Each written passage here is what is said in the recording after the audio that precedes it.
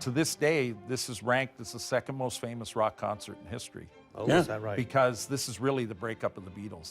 If you repair it with modern parts to it. It doesn't become eclectic. It doesn't become classic anymore. And originally this would have had a leather strap. It disintegrated over time. So it needs that leather strap back. So they made around 1,400 of these bills. This bill, though, is a defective devil's face. You went to the store, you bought this, you opened it up, you didn't leave the pack undone.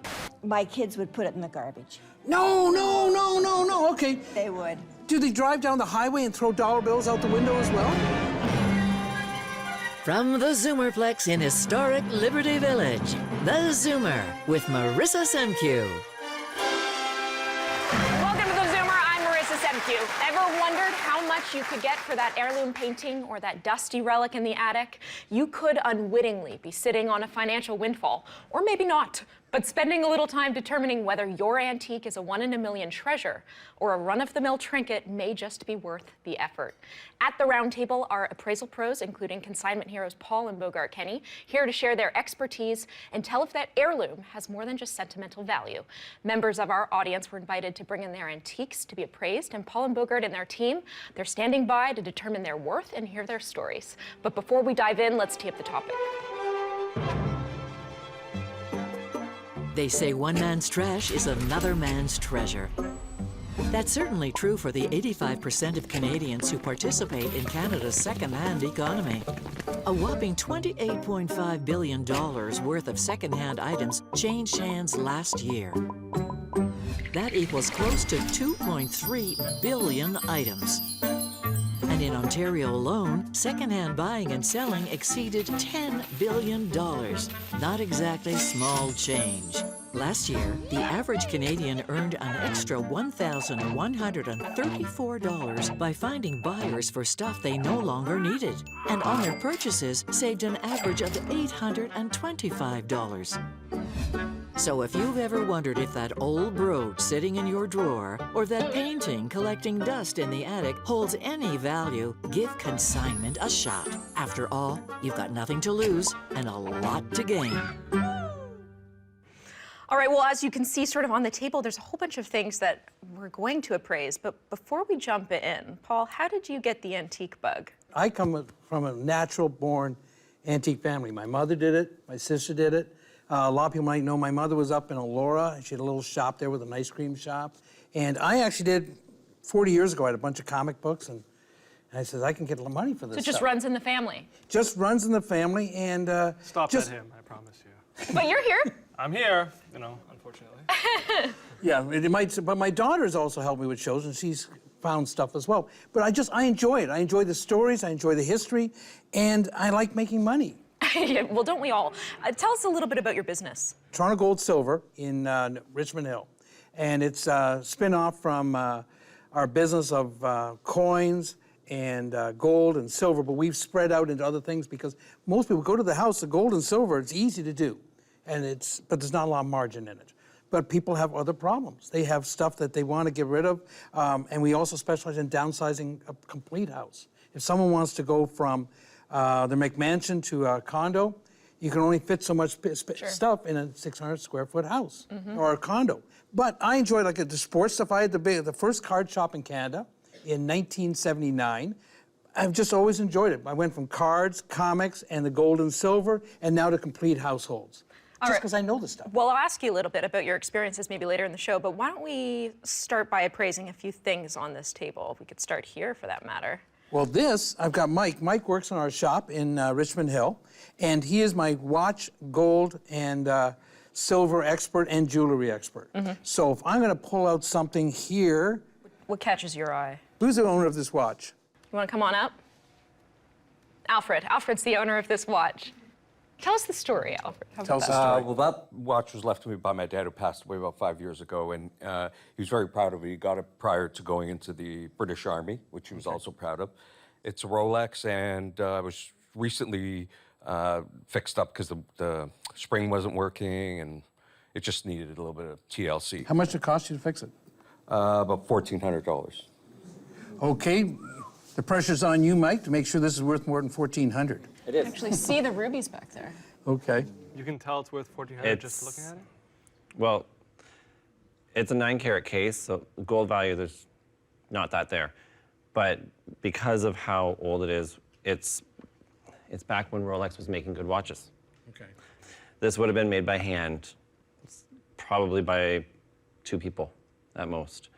The biggest thing with this one is it needs its strap back. This strap is not original.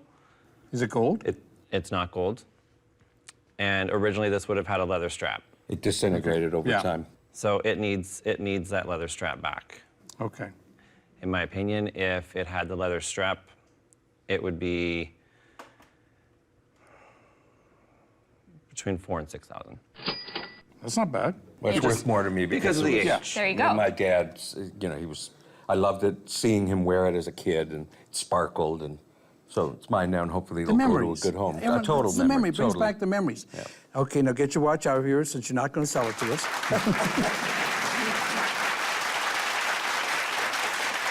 Someone in here has a Gretzky rookie.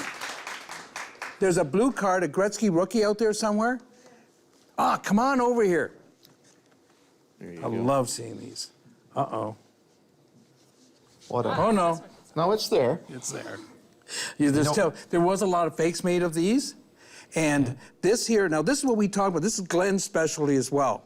Okay, now this card here is what we call raw. It's nice shape. You would not want to sell this raw. You would get this graded because as is, this would sell for $200-300 because someone's going to speculate on it. If you get it graded and you got a 5, or if they give you 5.5, you'd be looking $1,500, $1,000, you know what I mean? US, which is 1.33 today or something like that.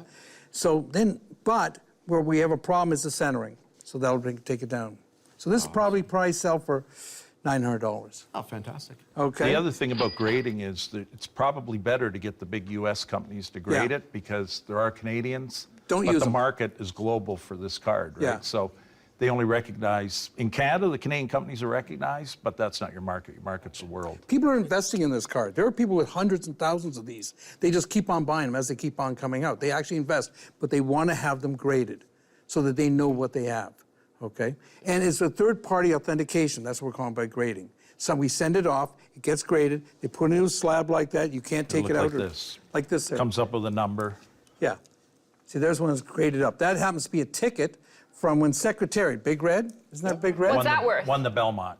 Is that the Belmont? That's considered the greatest horse Oh. race of all time. He won by 38 lengths. It's probably worth $2,000. And that's worth 900. Okay. Yes, but that's beautiful condition, and they're quite rare. Yeah. That one was actually owned by Willie Shoemaker, the famous jockey.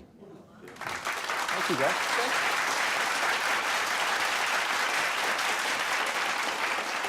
Let's do maybe one more item. How about we head over here? $2 bills, dollar bills. All right. Oh, Let's grab what's over them. here? This is made in about 1967. You can see the 67 mark on it. But this is the same bill was used from 1954 on. This is what we're talking about. I don't know if you can get this on camera. That's the devil's face. Okay, a lot of people we talk about on the show, that's the devil's face. They made a lot less of these, and as an ordinary devil's face in this condition would be worth between $50 and $75. But this is an asterisk devil's face. Why do they call it devil's face? See that there? Someone in the hair, right by the ear, there's a little, you can see it looks like a hook-nosed little devil. Yeah. Okay? So that is what we're talking about. And then they found out about it and says, we can't have the devil and the queen together. So they replaced it. Okay, they changed it. It's called a modified bill. Some of those are still worth money. But the big thing about this is that it's an asterisk note. That little asterisk on it says replacement. Who put the devil in the queen's ear? They've never found out. In the old days, if they're printing the money out and they get a bill that's got a crease in it, they took the creased bill out and they put a replacement bill in. That's when a dollar was a dollar and we actually paid attention to what we were making and printing the money. So they made around 1,400 of these bills. This bill, though, is a defective devil's face. Defective replacement note. It's got a little extra paper on it. This bill will probably sell between $12,000 $115,000. Okay. So, It's a beautiful piece. all right, well, we need to take a short break. There's more when we come back. Stay tuned. This is my granddad's violin, and it has actually literally been through the war. In 2017, the maker of this violin, one went for $77,000. And he did play in that, the 48th Highlander Band for some time. It's 100 bagpipes and 1 violin.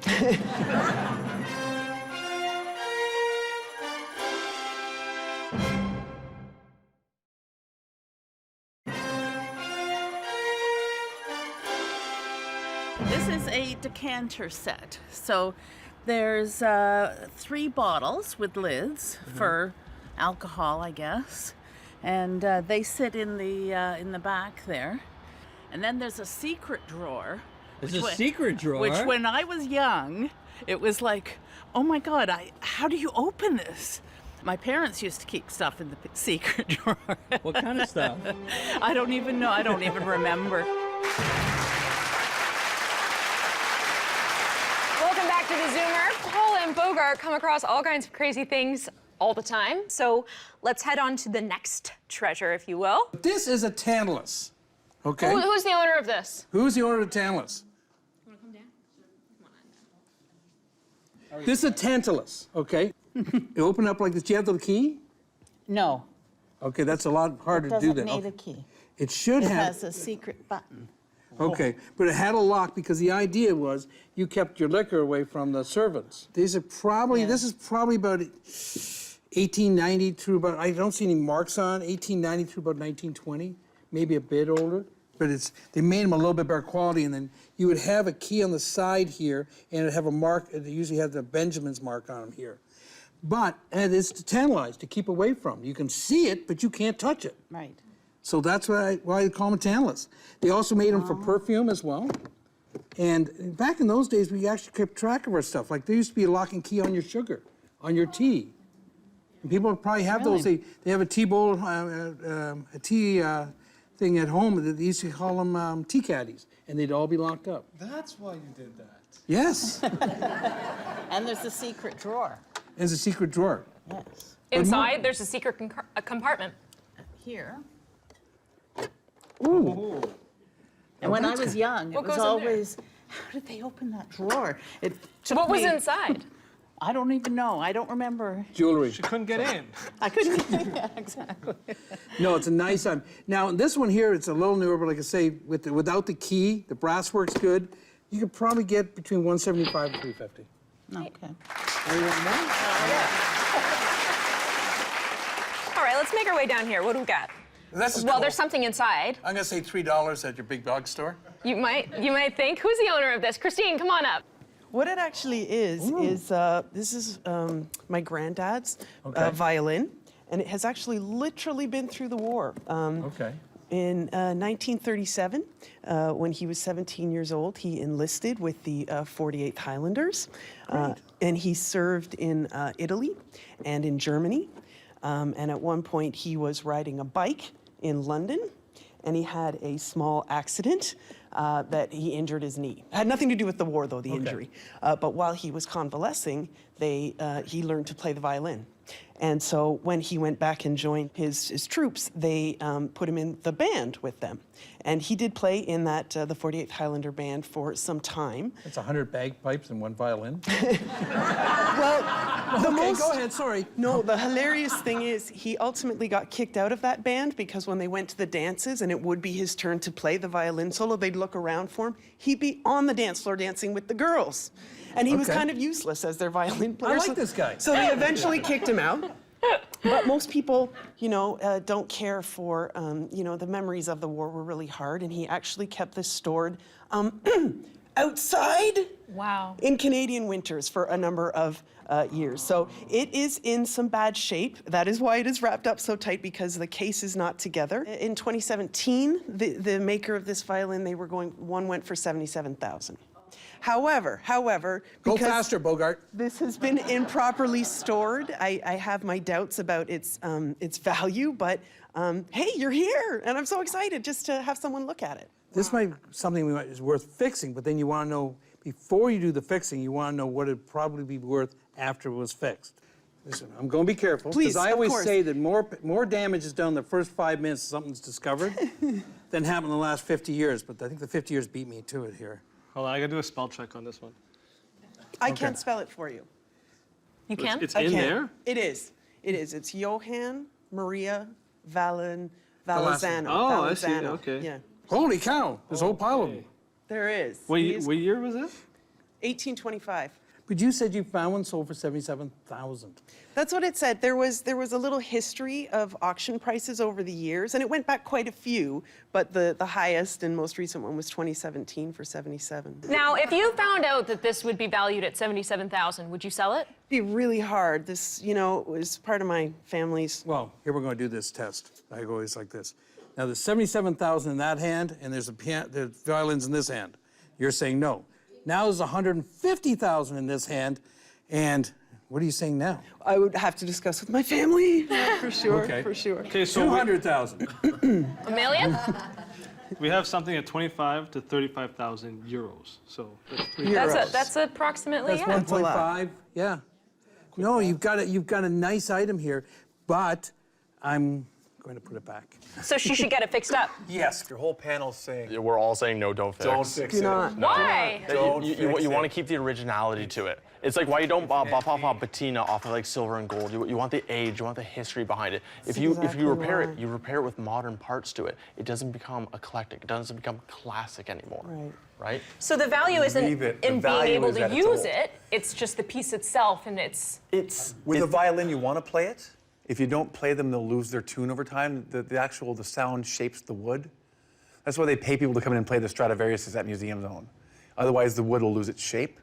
But you don't want to do anything to change the original violin that it is. It's like an example for his cards. You don't take an eraser to a blemish to rub it off, or any of the jewelry that you take a buffer to buff it off. Is that same thing for that, is that you want to keep it original. You want to keep it from the era. You want to keep it how it looks.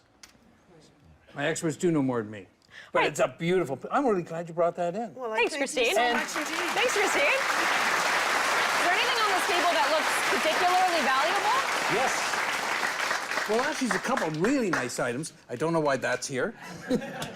Okay. This item here is a STEIFF bear. Who's the owner of the bear? Who's here? Come on up. Come on up. This item here, it's been well loved. Oh. But, and you say it's 1906?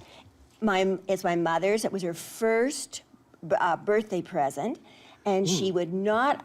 She was not allowed to sit on it, and I was not allowed She to sit didn't on listen. it.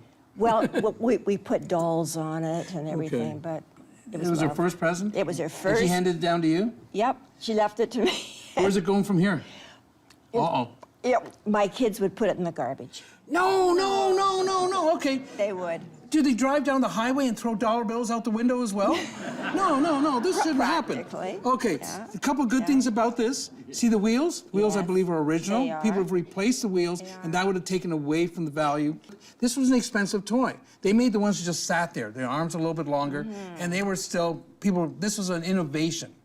And with the wheels and like this, but it's a case of supply and demand. More people want to buy them than want to sell them. Even in this condition, I would say this is going to be worth, I'll bet you could get 2,000 US and maybe more. If it was in really perfect condition, like if you had listened to your grandmother and not taken the tuft on this off here, then it would be probably worth 3,500, 4,000 US. Oh, hear that, Mother? Thank you. Move on. These were very popular. A lot of them came out of Paris at the time of the expo, right? But this is a fun thing. These are sought after quite often in the pocket watch. It's my father's. I have Yep. no idea where he got it. Zenith is American. Okay. Very, very popular early 1920s, around there. Gold bill. As far as a watch is concerned, not a lot of real big market value. Okay. Cool timepiece though. You know, it's one thing. We don't use enough pocket watches anymore. I know, right? It's a part of history. This guy hung around with Frank Lloyd Wright. did some stuff with the Guggenheim Museum, He had and a he was fellowship. Canadian. I don't think there's a car in the parking lot that's worth as much as this painting.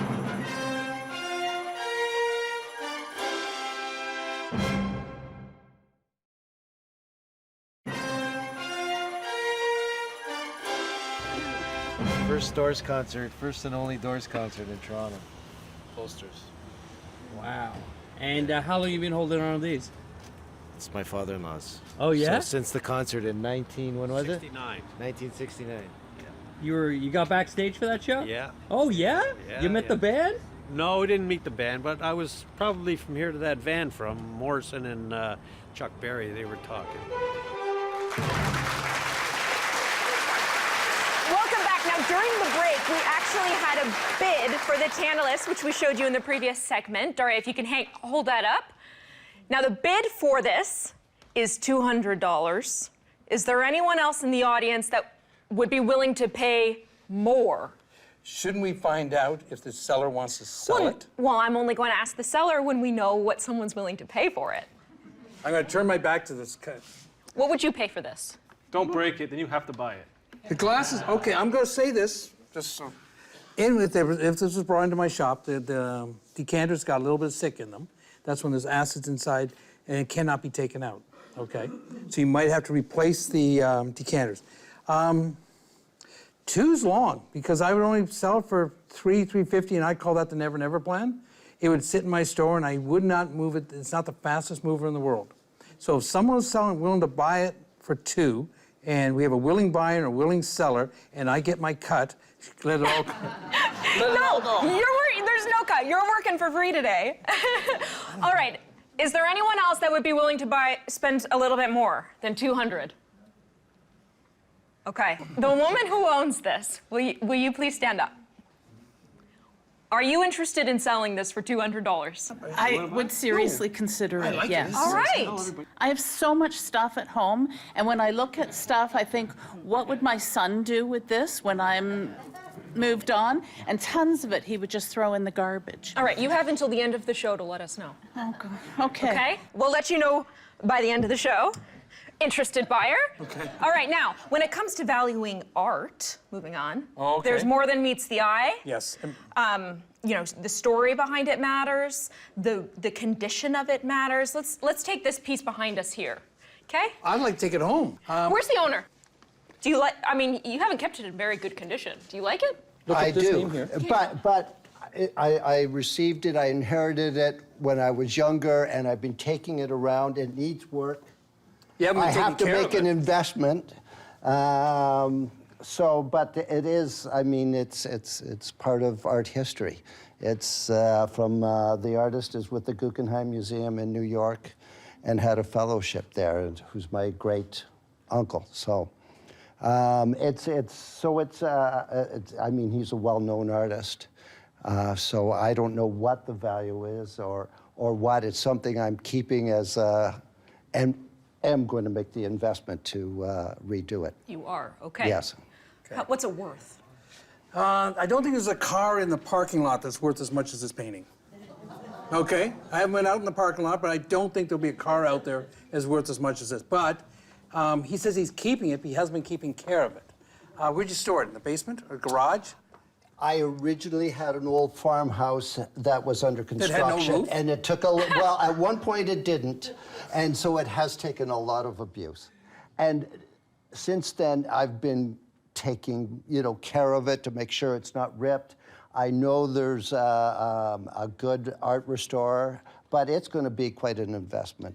But you know something, it might be, someone might buy it unrestored, but you go to auction, a good auction house, they'd want to have it restored. And you have to get it done by the right guys. But it's going to cost you $3,000 to $4,000. To restore it. Someone would love to have this piece. It's a part of history. This guy hung around with Frank Lloyd Wright. He did some stuff with the Guggenheim Museum. And he was Canadian. Oh, well, I should say, anyone from Guelph here? This gentleman was born 1899 in Guelph. ROLPH SCARLETT. Okay, you can look him up. This is what we call top of the market. This would probably sell, they'd probably go into a special sale, and would probably be sold as soon as if you got fixed up, it would probably sell within a month. But I believe that this would here probably sell between 75 and 100,000 in that area. So I know it's. Huh? No, but it's. And then you can afford to put a frame on it. Are you happy with that? Are you interested in selling? No. I've got a daughter in first-year university. I might be. It's Okay. the postgraduate work. You can talk to Paul and Bogart after. They want to cut. You pick the next item. All right, who owns this? Now, I know they're in here somewhere. All right, Come let's on show it up. to the- Okay. Were you at the show? Was that the show? That show was put together back in 1969. It was going to be one of the great rock shows of the day, and this is, of course, the time Woodstock was happening. Right. And to this day, this is ranked as the second most famous rock concert in history. Oh, is that right? Because this is really the breakup of the Beatles. It's the first time a Beatle ever played solo. So John Lennon flew over for this show. Yes. And it was an interesting thing because tickets weren't selling that well. There was many concerts and like Hendrix wouldn't sell out. There was concerts everywhere. They were $3, $4. You can see this one was $6, $7 at the door.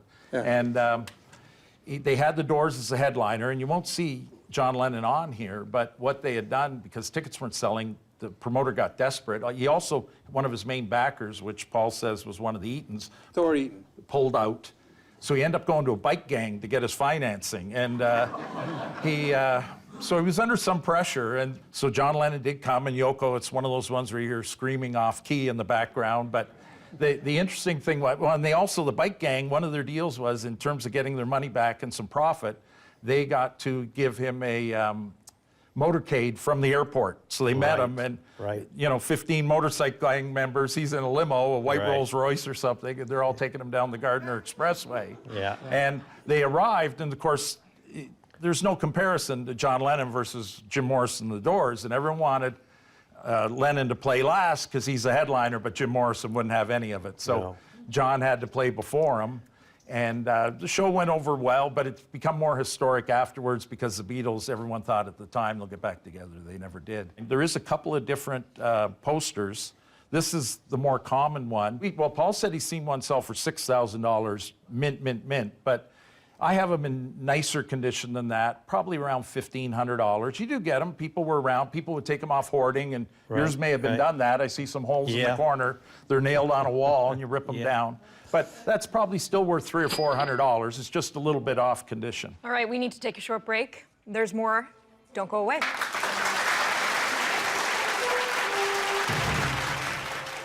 This is what happens with cards. 52 Mail just recently sold for like 3.9 Canadian million. When I say you've got a lottery ticket in your basement, you have a lottery ticket in your basement. You just got to go down there, find it, and then cash it in with us.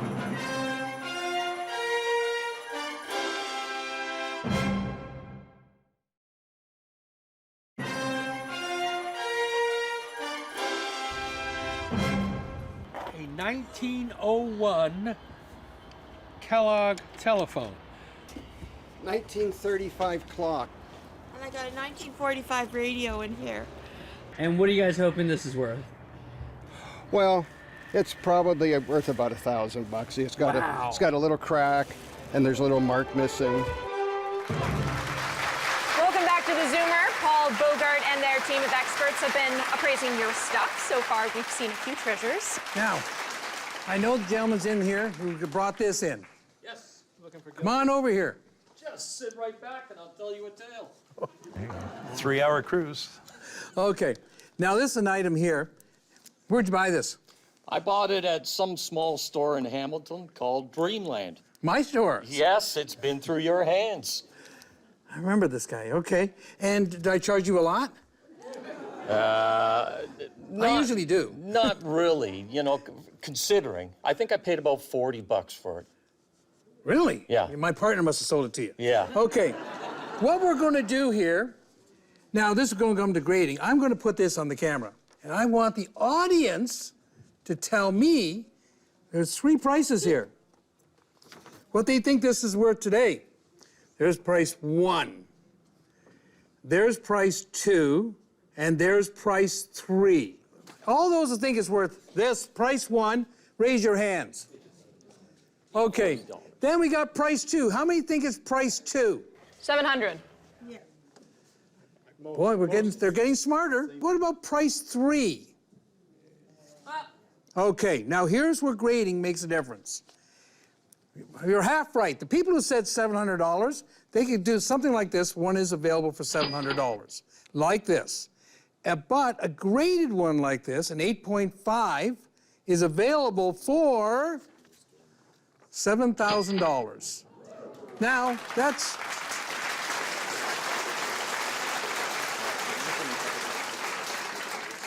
not a bad investment for 5 cents. Yeah, oh, well, no, you- no. It was a No, little I'm bit the more. one who bought for 5 cents. I Yeah. sold you for 40. Okay, sorry.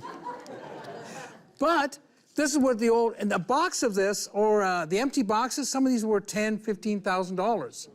Okay? But this happens to be, it has to be graded. To get the money on this, if they got the grade on, corners look sharp. I know it's original. If I sold it, it hasn't been messed with at all. It would probably get a grade. Maybe it gets a grade of an 8 or an 8.5. That's what they're selling them for. I understand when they grade packs now, they won't grade a sealed pack. They have to open it. That's what I've heard. That's the stupidest thing I've ever heard. It was a. And I've been around Bogart all day. This was a card shop guy that told me this. I find that hard. You know, sometimes some of the people doing the grading and some of the new guys coming into the hobby, we've been doing it a long time. Yeah. I wouldn't open it, not even on a bet. No, I do not no. care. Yeah. Okay? And I would just check, you could probably x-ray it, you just check it that way. The idea of opening this, that person's an idiot. Yeah. Don't go back to that card shop. No. Okay. It wasn't me, was it? No. No, it wasn't you. All right. Okay. Paul, would you buy that for $7,000? Would you buy it back from him for $7,000? I would buy it for $6,000 if I knew I could sell it for $7,000. I'll do anything to make enough money. You Don't even interested think in about it. selling? It's... No. It's a nice. There are so few of these around. Think about this in 1960. What was this? 1967. 65. You went to the store. You bought this. You opened it up. You didn't leave the pack undone. Okay, you just didn't. You opened the box and you kept the cards. You chewed the gum. That'll be. Is there gum on this? Yeah, but it's kind of busted up in there. That'll be good, because they had a little, and you threw away the pack. The wrappers are still worth $50, $60. This is what happens with cards. Like, there's a gentleman who's gonna bring a 52 Mantle, okay? 52 Mantle just recently sold for, I think, 3.9 Canadian million. One, and I don't know if anyone in this audience has them, but they're all in Canada. Most of them are in Canada. They're in people's basements. When I say you've got a lottery ticket in your basement, you have a lottery ticket in your basement. You just got to go down there, find it, and then cash it in with us. Great, thanks, Paul. Okay, we need to take a short break. Don't go away.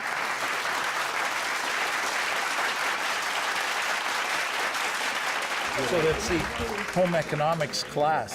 Oh, okay. So they did a chef's hat. It would be a high school, and I guess home economics had their own. And this is not a sports jersey. This would be like a sweater they wore, and they just made this. You know, it's a very nice sweater. For the day, they were very much in fashion. Well, it's 1945, 46. It's great shape. This is something more like at St. Lawrence Market or a flea market. It should be sold there. It's still got the tag in it. $100 probably, something like that. It's a beautiful piece. It's been very well kept. Appraisal value and what it would sell for are definitely two very different things. How much does she insure herself for when she's wearing this? Well, I would say 10 to 12,000.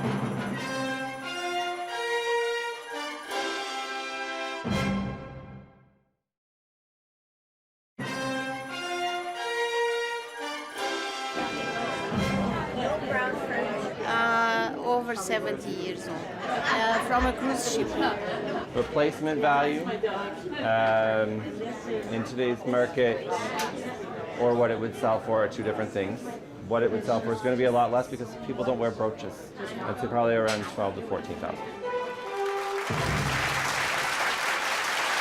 Welcome back to the Zoomer. So far, we've seen a few treasures, so let's head on to the next treasure, if you will. How about this jewelry? Actually, jewelry is so fascinating because the margins on jewelry can be huge. Enormous. Yes. The general markup in Canada, what would be the markup on jewelry? 500. 500%? Oh my God. So that means $100 worth of gold is worth $500 worth of jewelry. So when people bring that gold into us, they're not so happy sometimes. Okay, who owns this piece here? Michael's my expert on jewelry. For me, I just like to melt everything and get the money as fast as possible. Michael stopped me. He says, "Don't melt that." Here we go. Trying to Now, see you if we can get said it on you've camera. had this for how long?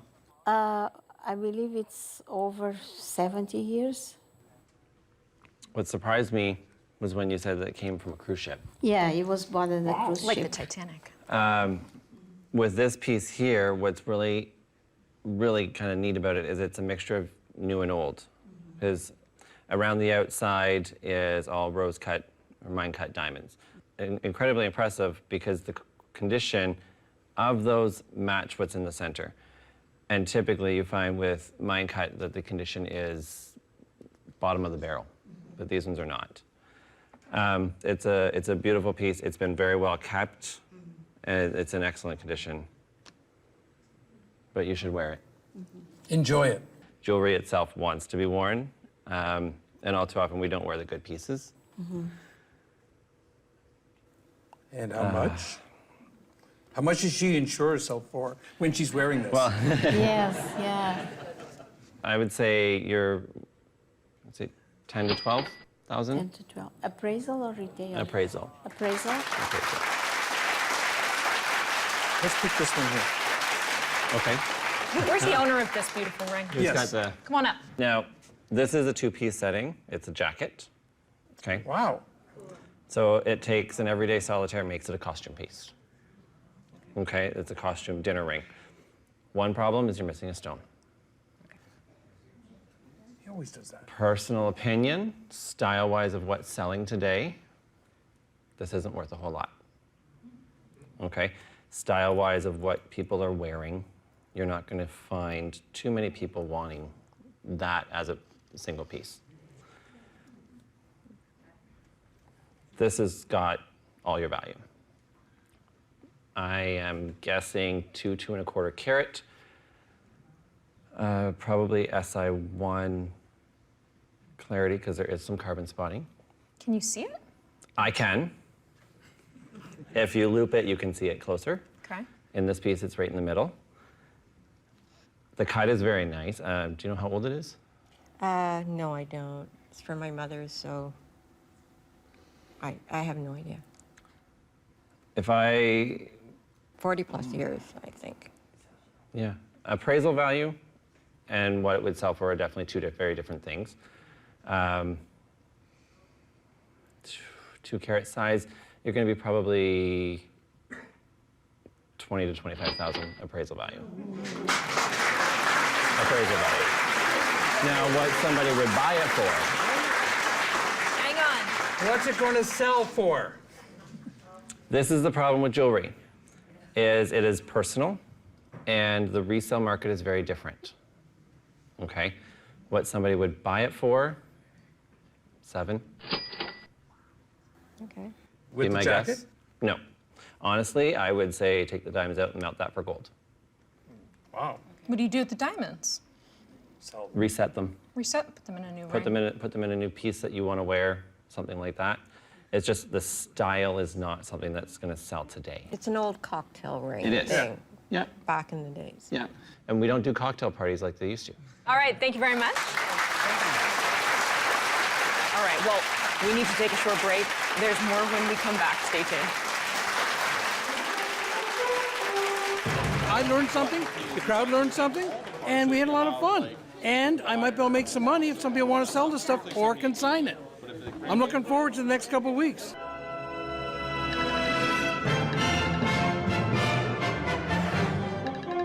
Audience member Margot wrote an email saying, "Thoroughly enjoyed the shows and the experience. We learned so much about consignment and came away with an array of information.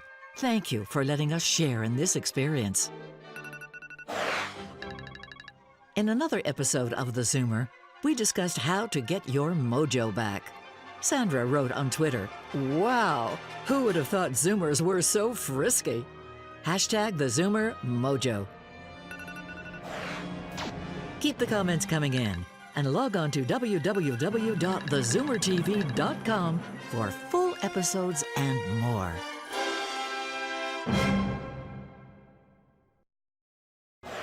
Don't forget, for free tickets to the show, go to www.universe.com and search Zoomer Media and log on to www.thezoomertv.com for full episodes and more.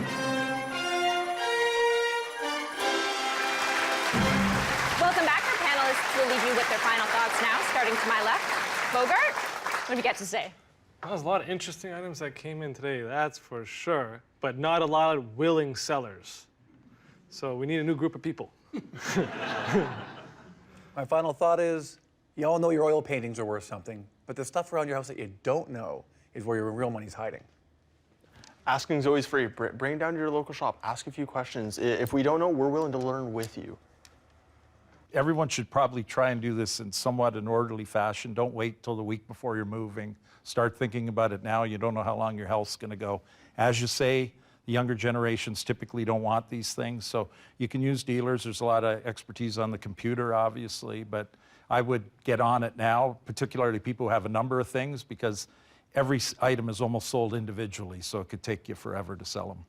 If there's jewelry you don't want to sell, wear it, because it wants to be worn. Time is your friend if you use it, if you want to downsize a bit. And if you find it's not worth what you want, use it. I mean, I don't know, I go into people's houses and a cutlery set, and they say, or they bring it in, they say, oh, it's only worth $2,000, I'm gonna put it back in the closet, I'm never gonna use it again. That's dumb. Enjoy it. Or sell it and enjoy the money. One of those two things you gotta enjoy. It's just stuff. All right, now before we go, I have to ask the woman in the audience, have you come to a decision? This was so unexpected. But yes, I will sell the item.